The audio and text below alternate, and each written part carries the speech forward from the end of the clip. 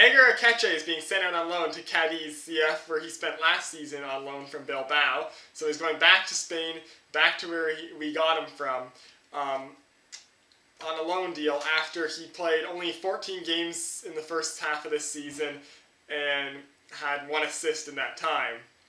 This move opens up about $1.5 million in salary room for TFC to try and make some changes during this transfer window. And it also opens up another international roster spot.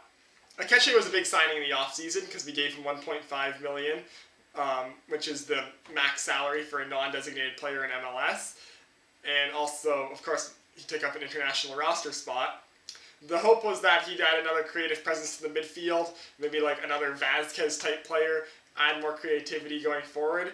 Never really fit in Toronto. From what I hear, it was more of a off-the-pitch relations sort of thing. And he really didn't get that many chances on the pitch, didn't start that much, especially earlier in the season, just never really got into a groove. And I guess he's just going back to Cadiz to try and settle himself, play where he fit in last year, try to get back into get his mojo back, sort of. And I feel like this is a good move for us because if Aketxe does get back into his groove, we can bring him back because it's a loan. And if he doesn't, we can sell him. I think it's a loan to buy option, or I've heard that it's a loan with an option to buy is the deal. So depending on how he fits in back at Cadiz, and if he wants to come back to Toronto, he probably may end up staying there. And if he wants to come back and give Toronto another go, he can come back and it doesn't cost us any transfer fees, which is good. The most important part of this deal is that it opens up Aketxe's salary and gives another international roster spot, which we can use to bring in another defender, which I think is really crucial, especially with the injuries to Moore and Mavinga this season.